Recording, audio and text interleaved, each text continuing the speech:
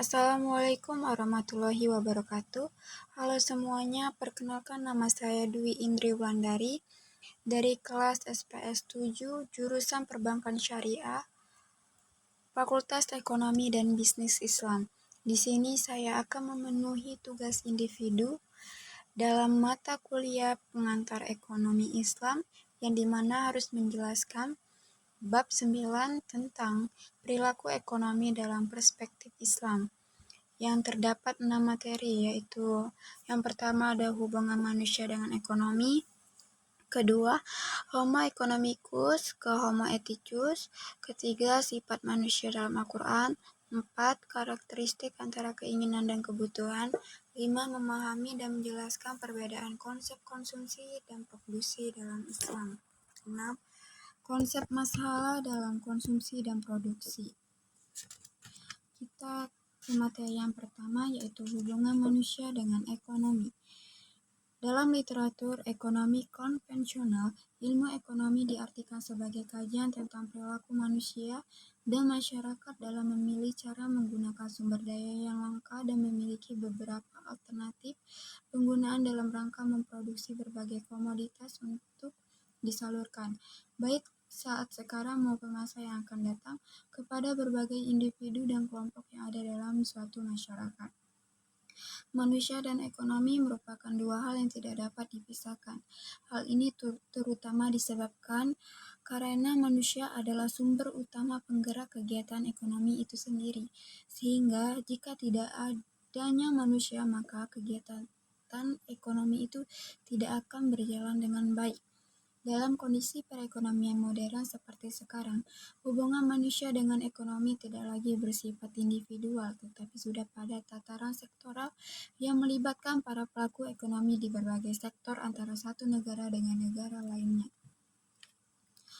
Seperti bagan yang ada di sini, bagan tersebut menjelaskan tentang skema hubungan manusia dengan ekonomi antar sektor. Di dalam bagan tersebut ada 4 pelaku ekonomi, yaitu rumah tangga, perusahaan, pemerintah, dan luar negeri. Penjelasannya adalah perusahaan memberikan atau menjual barang dan jasa, kemudian rumah tangga membeli barang dan jasa dan memberikan uang kepada perusahaan.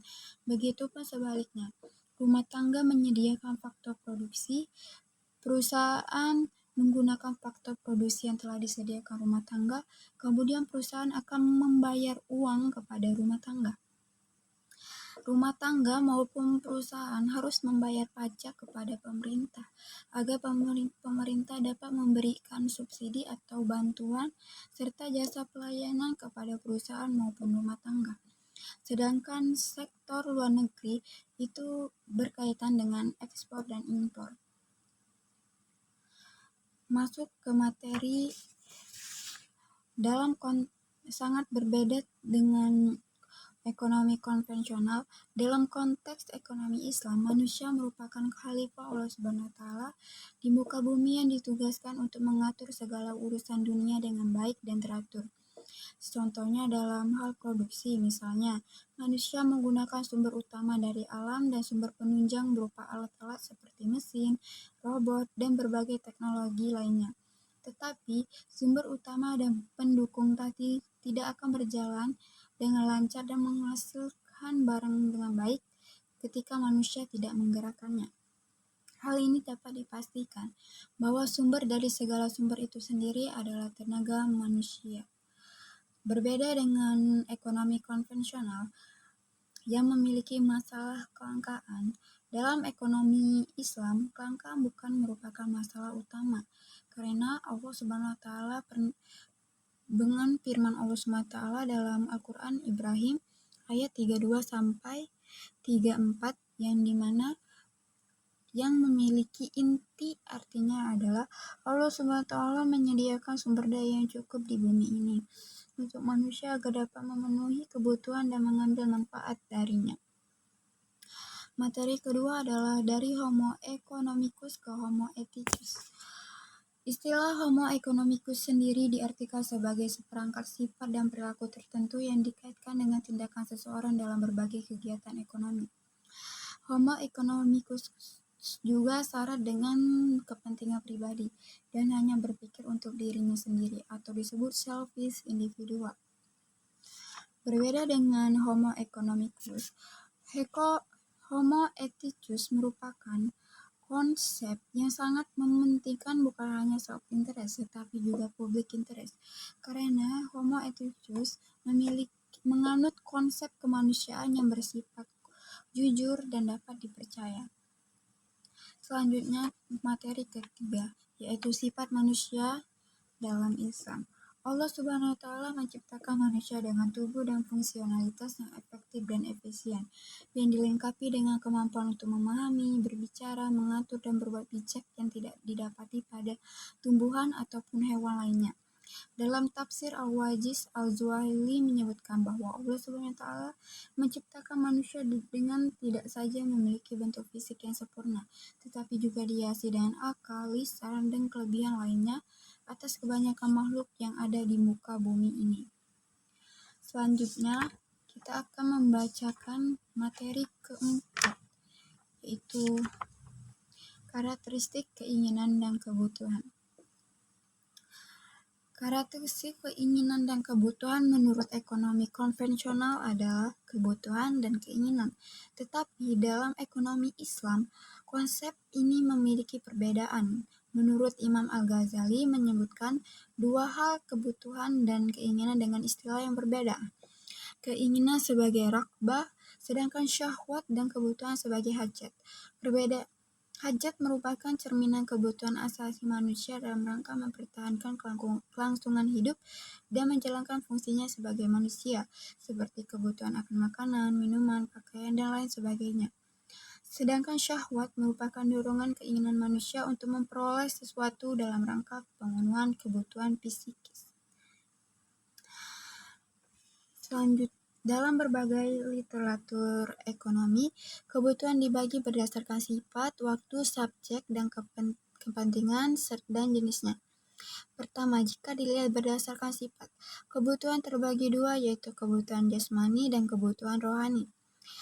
Kedua, jika dilihat berdasarkan waktu, pertama, kebutuhan saat ini, kebutuhan masa depan, kebutuhan suatu yang tidak terduga, dan kebutuhan untuk masa akhirat.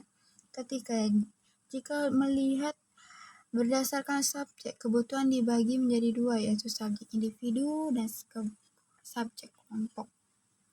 Keempat, jika dilihat berdasarkan kepentingan, adanya kebutuhan primer, contohnya sandang dan pangan. Yang kedua adalah kebutuhan sekunder, contohnya kita membutuhkan baju untuk dipakai.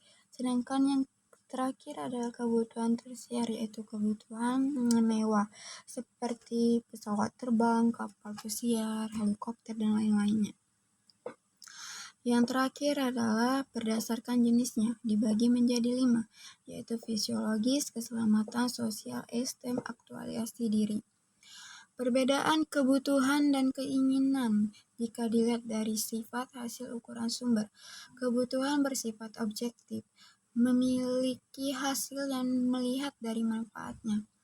Ukurannya melihat dari fungsi, sedangkan sumbernya untuk pemuas manusia atau fitrah. Sedangkan keinginan bersifat hasilnya melihat kepuasan, ukurannya melihat selera, dan sumbernya untuk memuaskan hasrat manusia.